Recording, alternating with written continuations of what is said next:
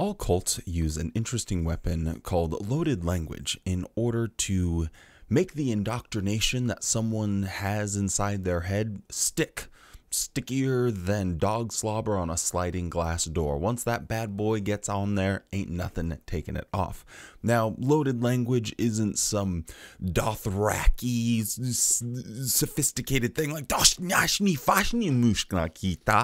but it is just using normal words that are used in whatever, I speak English, so any given language, using normal words and using them in this very unique and different way. Now, it takes a lot of work and effort once you've left a cult in order to scrub your mind of all of the dog slobber on your sliding glass door. Yes, we're bringing back the terrible illustration. And after some time, it just goes by the wayside. You flush it down the old mental toilet and you don't really think about it anymore. Well, a curious thing happened a couple weeks ago. I went to a auntie memorial party. It was a little bonfire situation and it was very lovely, had a great time. And people were relating their different stories of being Jehovah's Witnesses, and there were people there that had never been a witness. And the most curious thing happened is someone was saying something or another, and they mentioned how something was said from the platform. And I looked up immediately because this is like a trigger word. I don't hear the platform ever used in my everyday life.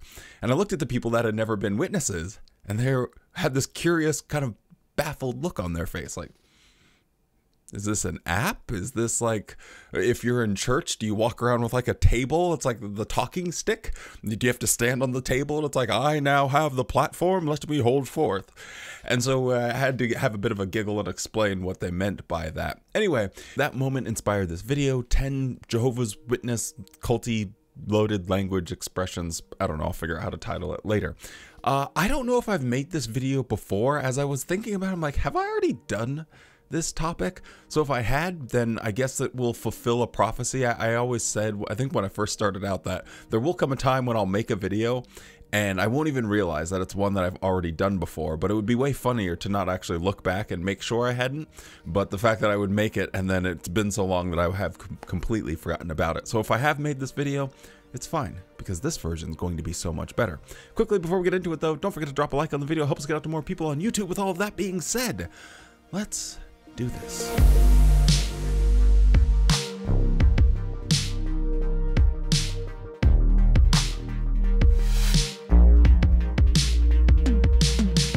Every week they're on the platform. I'd like for you to step down from the platform, come over and talk some sense to my brother. When we have assignments from the platform, either of us, sitting behind the platform, sisters come off the platform. And to teaching from the platform. Handles his parts on the platform. The sound and the platform. From the platform.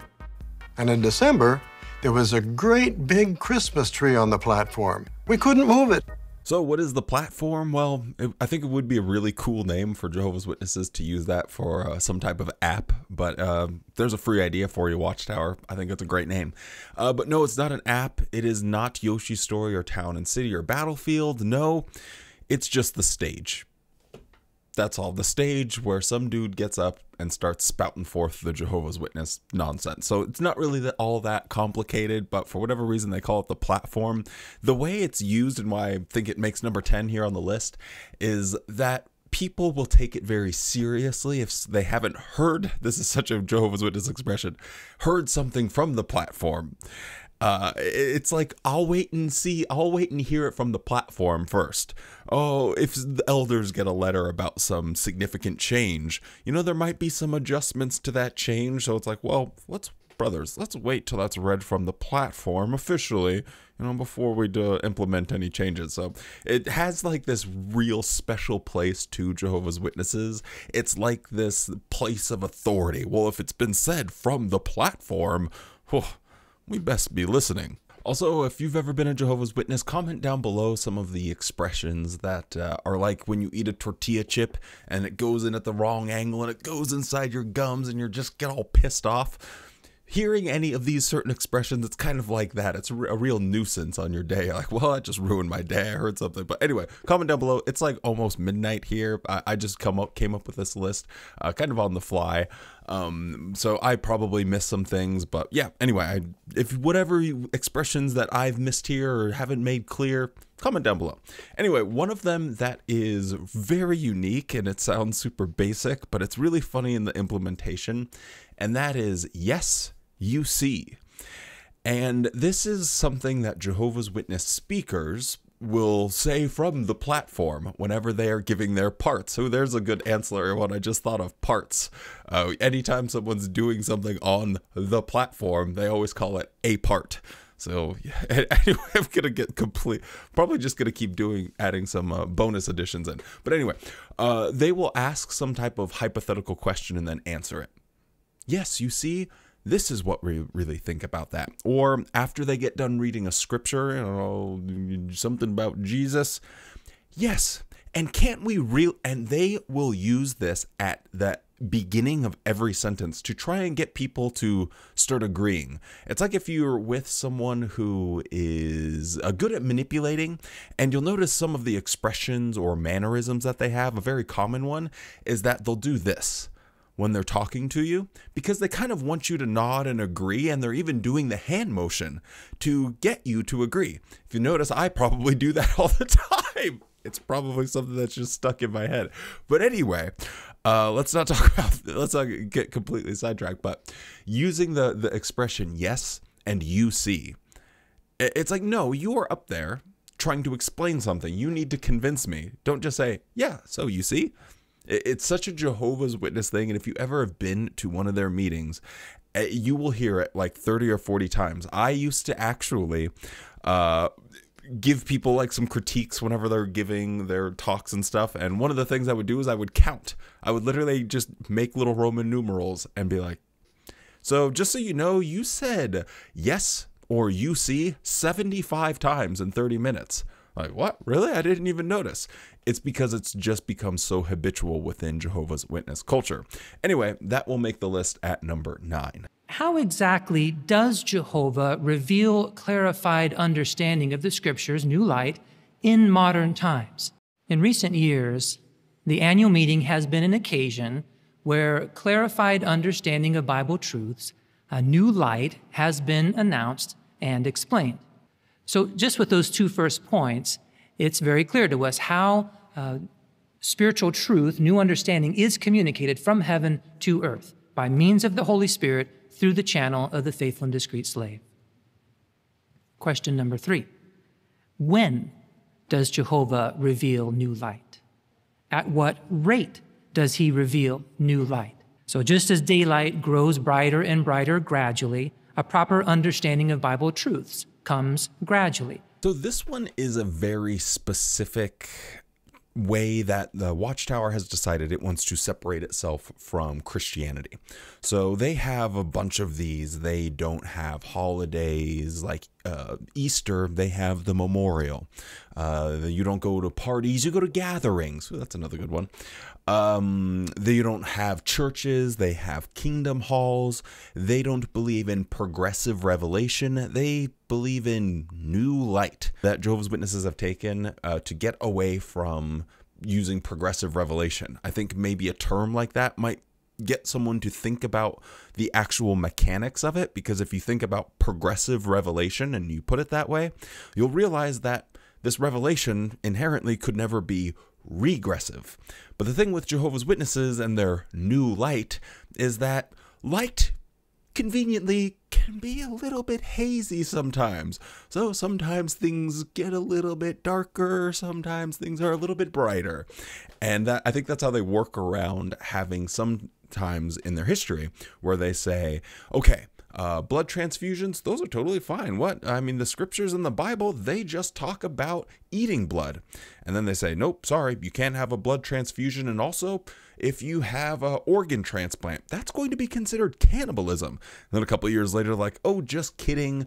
You can have an organ transplant. That's not cannibalism. Oh, pish posh. That was a crazy thing to say. So they have this regressive, progressive, back and forth, ebb and flowing doctrine. And so that's why they've adopted this new light versus just calling it progressive revelation. Anyway, that makes it number 8. So on to number 7. So for number, wow, that was just like, so for number 7 here, I'm going to play a little clip, a little movie that they made. I'll just kind of splice it up, but it'll be a little bit longer, just so you can see the context into which they refer to people as sheep.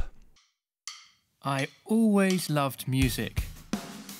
I got my first guitar when I was 15, and since then, it's been my way of expressing myself. I thought being a musician would make me happy. So that is the path I followed. It is not what I thought it to be. I work here during the day to pay the bills. I thought my life would turn out better. But something was missing. They are friendly and look happy.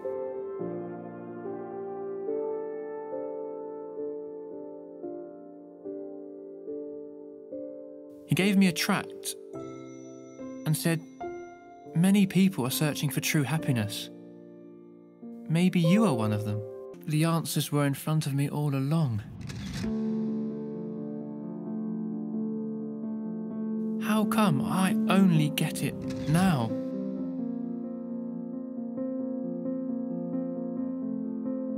You see, I was baptized, but I never gave the truth a chance.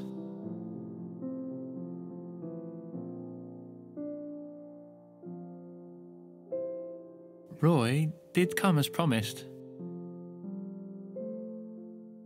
I told him I'm a baptized brother.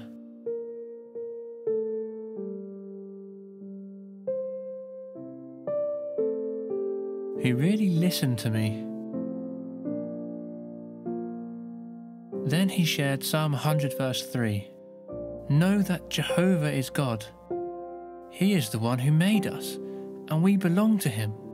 We are his people, and the sheep of his pasture.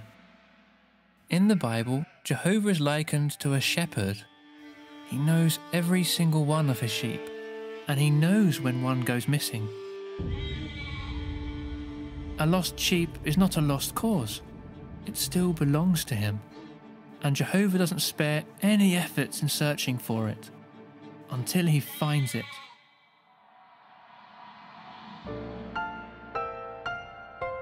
I was like one of those lost sheep, but I still belong to Jehovah. And he has never forgotten about me. Now this is one of my personal least favorites. I gotta be honest with you, if this was just purely based off of my feelings, man, I think sheep-like, telling people to be sheep, that they're shepherds, the whole language surrounding, I can't even, that was a good one, surrounding sheep is infuriating. The fact that you just have to be this cow chewing or grass chewing blind follower, just going where you're told, no active thoughts, no exploration, no deviating off of the course, and if you do, then you're a lost sheep. If you ever dare think for yourself, you're going to be a lost sheep. And you know what's going to happen to a lost sheep? It's going to be killed by all the wolves out there. It is such a powerful way of manipulating and controlling people, getting them to fully believe that they are this sheep-like person and that there are wolves surrounding them out in the world. We'll get to that one. Maybe that one will be next. And the only way that they can protect themselves is by listening to the elders, who are their shepherds. It is absolutely infuriating, and it sticks with people for a very long time, where they almost look for leadership. They're kind of look for people to give them the answers. Well, what should I do? Because they haven't been taught what to think. And it's one of the more damaging aspects of having to leave a cult is you've been told that you're this helpless little sheep for so long that learning to be, a big boy and put on your big boy panties one leg at a time like the rest of the world is a really difficult thing to do. So anyway, I think that's number 7. I've already lost track, but I didn't think I would keep track. on to the next one. So let's talk about something I mentioned there, the world, and their expression worldly. Exposed to worldly thinking on television, on the internet. From worldly thinking and unclean practices. Worldly political debates. A worldly view of discipline. We had no time for any worldly thoughts. Considerable worldly pressure. Commonly resulting in an orgasm. A worldly nursery rhyme puts it this way. Great worldly wisdom. Love worldly wisdom. Tidal wave of worldly influence and apostate thinking. Regard to worldly institutions. Many worldly people will sing out worldly songs with a joyful attitude. Hallelujah. I'm from. Hallelujah. This is the worldly desire of instant gratification. What worldly wisdom can accomplish and what it cannot accomplish. People with worldly knowledge. Even in some cases with worldly people. Conversations with worldly people. And he loves to dance. Well, there are no sisters there, so he dances with worldly women. He gets aroused and even ejaculates. Is he masturbating? Worldly, worldly, worldly. This is one of the more ubiquitous expressions that Jehovah's Witnesses use. And I personally hate it because it is like almost like a slur. If you're trying to insult someone, especially if you're really like a catty, backbiting, talking behind someone's back person, you're like, oh man, look at her shoes. Yeah, looking a little worldly. Oh man, I saw him coming out of a movie. Oh, I think that might be a little bit worldly. Oh, new suit? Looking a little worldly. Oh, I haven't heard that expression before. That sounds a little... Oh, you're just caught up in worldly philosophies. Anything that they don't like, anything that is outside of the group, they just slap worldly on it. And it's automatically bad. Oh no! Oh, I'm being worldly. Oh, I wouldn't. So it's treated like, yeah, I guess like a slur, as a way to put down anything that doesn't fit the mold of that Jehovah's Witnesses have created. That you have to be this very specific thing. You have to walk the way we walk, talk the way we talk, dress, listen to the music, do the same routine. All of that has to be the same. And anytime you go outside of it, that might be worldly. If you go out into the real world, worldly, I suppose it's not really used anymore, but traditionally or old-timey, old school, it would be someone that's kind of wise, that's traveled a lot, that has a lot of experience, and not this slur for anything that you don't like. Anyway, let's move on to number 5. No goofy montages. We'll jump right into it. And that is going to be time. This one's dead.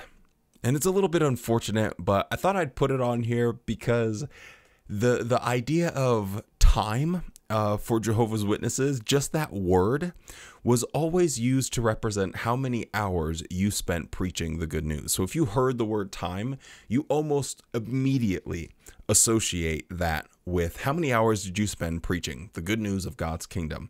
But they say it like it's a prison sentence. Oh, how much time did you get this month? Oh, well, I guess I got 8 hours. It's such a goofy thing. Or, oh, how much time do you have left to get? And it's like, what? Am I on probation here? How much, like, there's a timer that we're waiting to run out? So, yeah, anyway, the Jehovah's Witnesses, they used to use this, but they don't keep track, at least ordinary, I say ordinary, but the normal plebes. There are certain Jehovah's Witnesses that will still keep track of their time, and that is the pioneers or special pioneers and missionaries. So this one's dead, but I thought we should pour one out for a dead expression. I still find myself associating just that. I hear the word time, and by George, the first thing I think of is the old Excel spreadsheet of like, oh, I got to keep track of my time and everything. And after a certain while, you pioneer long enough and you just don't even care to be accurate about it anymore. Anyway, with that being said, let's move on to number 4. Making special gifts for the friends in our congregation. Wow, Andrew's always busy for the congregation, helping the friends, taking care of our older brothers and sisters. When the meeting is over, he returns all the friends safely to their homes. They pour themselves out for the friends. She often asks the friends, do you love Jehovah? Everywhere I go, the brothers are always asking, how are the Friends in Russia? Hard work is worth it when you see how much the Friends benefit. The generosity of the Friends is incredible. They can't do enough for us. You notice that often the Friends don't have very much financially. So the Friends, this is a blanket sweep term to describe anyone that is a Jehovah's Witness. Collectively, if you are around them and you say, oh, are you one of the Friends? Like, yes, we are one of the Friends. Super culty. Thank God I had the Friends here, or else I wouldn't have been able to take care of that landscaping. No, mother sucker, it's called hiring a landscaper. The Friends is just a blanket sweep term. Yeah, anyway, I already said the same thing. Why am I saying the same thing twice? Just to describe every Jehovah's Witness. But they're not your friends. A lot of times you don't like other Jehovah's Witnesses. You don't get along with them. They'd be better described as the enemies. The poo faces. Sometimes you just don't like people, but they're all under this umbrella of the Friends. And that just really annoyed me, even as a witness, when people just called it the Friends. It just made me like, ugh, God, I just did not like hearing that. So now let's move into our top 3. Is that 3? Is there 3 left? Have I done 7 already? I think we're into the top 3. Yeah, the top 3. Now, this one is just a very strange one, because you would think that someone was going through some sort of catastrophic cardiovascular problem. But let's play a few clips and you'll see what I mean. Out of the heart of men, so it's a heart condition. The right heart condition. It's heart condition. Yet the people's heart condition remained polluted. If their heart condition is right, They may be thinking it's a condition of one's heart. To do with the heart condition of the people. Condition. It is a expression basically thrown out there to justify someone's acceptance or non-acceptance of what will be number 2 on the list. We'll get there in a second, but of the Jehovah's Witness doctrine. And if someone leaves the Jehovah's Witnesses, they'll kind of say, yeah, you know, I guess they just didn't have the right heart condition. It's such a bizarre thing, because if you're at work and you're like, hey, Bill, why did Joe get fired? Oh, he didn't have the right heart condition. Oh, is he going to be okay? What's going on? Man, he's got a wife and kids. No. He just wanted to do his own thing. It's like, what are you talking about? So it's a heart condition. No, it's not needing any heart transplants, any stents put in or anything like that, but it's just whether or not someone is going to be gullible and moldable enough to become a Jehovah's Witness and stick with that. And they'll use it both ways. In the negative, they didn't have the right heart condition, and in the positive, well, we have to look for people of the right heart condition. And it's very suggestive that it's outside of people's control to be in the religion. It's kind of up to what this mysterious, no one really knows exactly what it is. It's not quantifiable. It's not measurable. It's just this thing out there in the ether. Well, how's his heart condition? How if I know? They'll even use it when they're doing their disfellowshipping or what do they call it? Removal process. And like, well, he seems to really have a good heart. Yeah, I think his heart condition is good. So it's this kind of mysterious expression that's used, and I just find it super culty, and it's one that I quite literally, I don't think I've heard after I've left the Watchtower other than in medical circles. Anyway, this might be the biggest one and the one that irritates me the most if I ever hear ex-Jehovah's Witnesses say it, and that is the truth. This is what they call their religion. Jehovah's Witnesses refer to their doctrine, to their brotherhood, everything. The truth.